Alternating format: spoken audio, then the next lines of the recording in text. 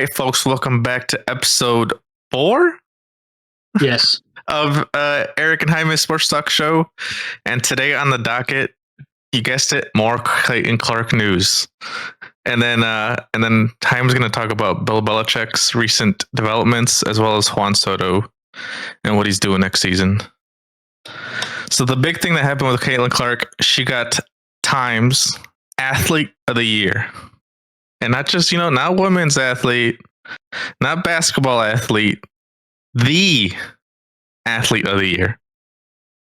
And some people weren't happy about it. And some people were pissed. More specifically, the owner of the Dallas Wings. She said, and I quote, "We have so much talent out there that hasn't been recognized. And I don't think we can pin it on just one player."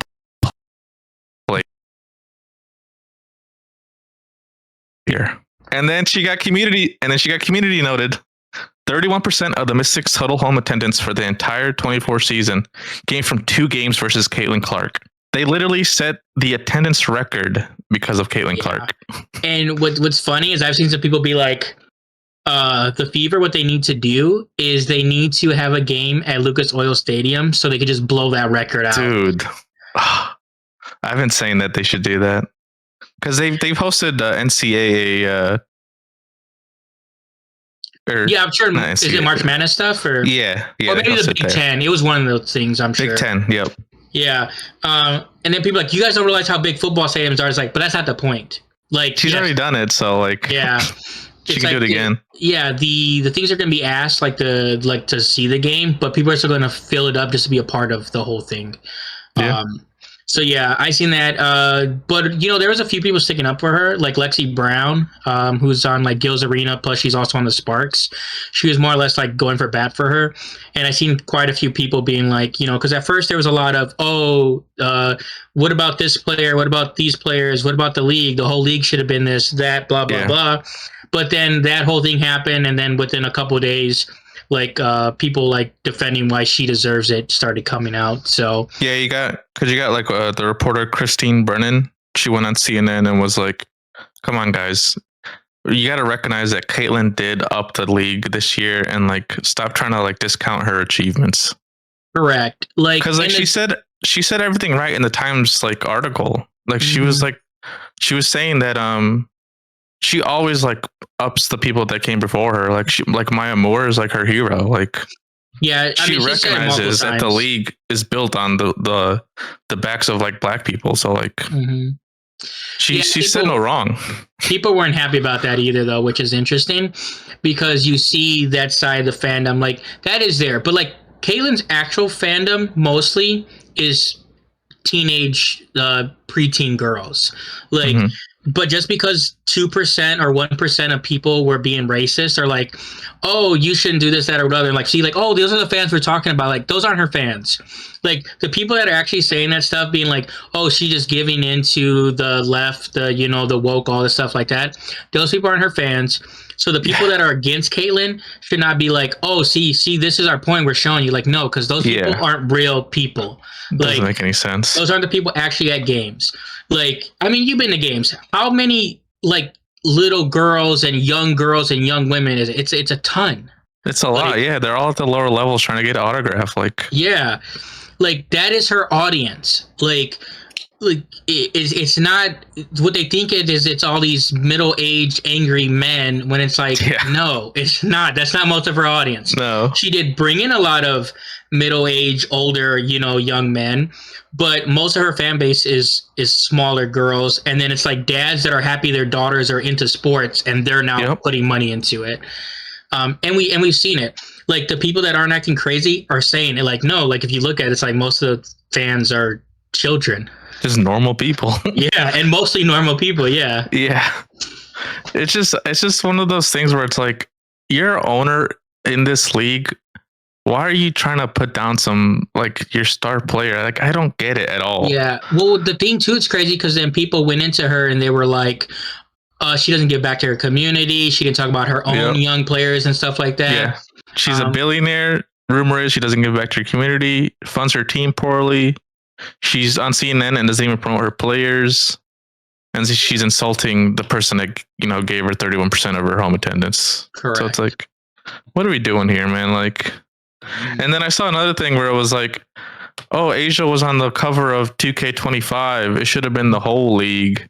Yeah, If they're obviously like start like being sarcastic, but like it's like what she said essentially. correct. It's saying like so, and then even with Asia, where it's like she made that big deal about the shoe deal, knowing she had a shoe deal lined up. So like it's also players, and it's some of the prominent players. But you're only doing yourself a disservice because now people are like, why doesn't Caitlyn just go play overseas? She'll actually make more money. And it's like, I don't think she will. I think she loves the WNBA, but if she leaves, they think they're going to sustain the fan base. They are not. Like we need to be like they need to be real about it. Everyone else knows. But the people at top and the players at up top think that, oh no, we're going to be fine without her. It's like, no, you were never fine without her. Big Brother NBA covered that bill. It's like, sure, you were like on a incline. I give you that.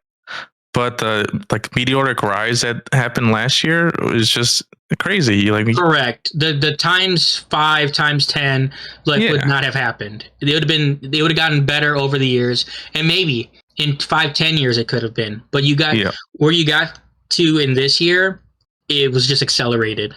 And just be happy you got that shortcut. Yeah. Yeah. I don't get it, man. Maybe they'll one day they'll all embrace Caitlyn, but nah, the docs are gonna be good, dude. The docs are gonna be great, and we'll see. We'll revisit this in 5-10 years, and then people are gonna be like, I can't believe it started like that. I can't believe they treated her like that. Mm-hmm. All right, let me know what Bill Belichick is up to, man. So yeah, Bill decided to go back to coach in college, and which is interesting is because his age. So a lot of people are saying like, oh, can he recruit? How long is he going to stay there? He also has an interesting contract where who's he going for? North Carolina. Okay. So, which I think they're in the ACC, so they're not in the SEC or the Big Ten, so it's like a lesser conference. But the thing with them is he has a specific contract where it's so right now it's a $10 million buyout, but as of 2025, it's a $1 million buyout. So if a team in the NFL wants to offer him a head coach, they can buy him out for $1 million. He can go do that. I don't think that's going to happen. He has a 5-year deal. I think he can recruit. I mean, he got like a 27-year-old girlfriend. My man knows young people. Yeah, dude. But yeah, it's going to be interesting. Yeah, all her friends. So yeah, I think it's interesting to see. Like, we're gonna follow it as it goes. But right now, he is the head coach. We'll see what staff he gets. Could he possibly get Saban to come out of retirement and be his defensive coordinator? That's what I was going to say. His buddy. That's what he's saying. He can get, and he said his plan is not to just get people to the league or just to make money. He says he's trying to develop these people to be successful out of football, in football. He's like, I'm going to start developing kids. And I mean, he has tons of experience, so like. Correct. He's coached for like 50 years. He's won as a coordinator. He's won as a head coach. He's tough, but I think he's fair. And we'll see how that transitions in college. Is that money well dried up, dude? What's he doing, man? He wanted to come back? No, I don't know. I don't know why he went back, to be honest. I think he just wanted a new challenge, maybe. But Probably. Also too, maybe he just wants to develop young men versus people that are, adults. Yeah. And maybe he wants to just party at UNC. Who knows? Yeah, you're right, dude. Yeah. He wants to find his other girlfriend. Yeah, he's looking for a girlfriend number 2. Yeah. And then the other big news is Juan Soto's new contract. So he's making more than Shohei. Right? Yeah, so he went to the Yankees, originally on the Nationals to Padres, Yankees. So generational star, 27, already has won a World Series. So he got traded. Well, he signed as a free agent to the Mets. Mm-hmm. His contract's $725 or $735.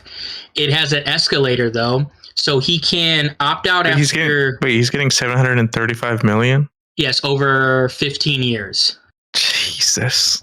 But the opt-outs are interesting. So if he opts out after 5 years, they can choose to keep him, but now it goes up to an $805 million contract.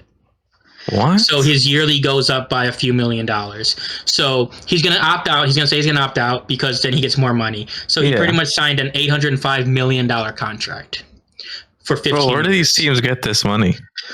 So they have Steve Cohen, who's their owner, and I want to say he's worth like $23 billion. Oh, okay. Okay. Yeah, he's the richest owner in baseball. Okay. But because of that, I bought a Juan Soto. Of course you did. I also like the Mets. Like, I'm a big they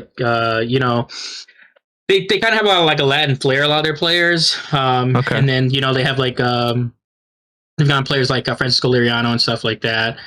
So yeah, I'm curious to see where they go with that, what he does with his career. It's crazy he got more than Shohei. Shohei's is more and less.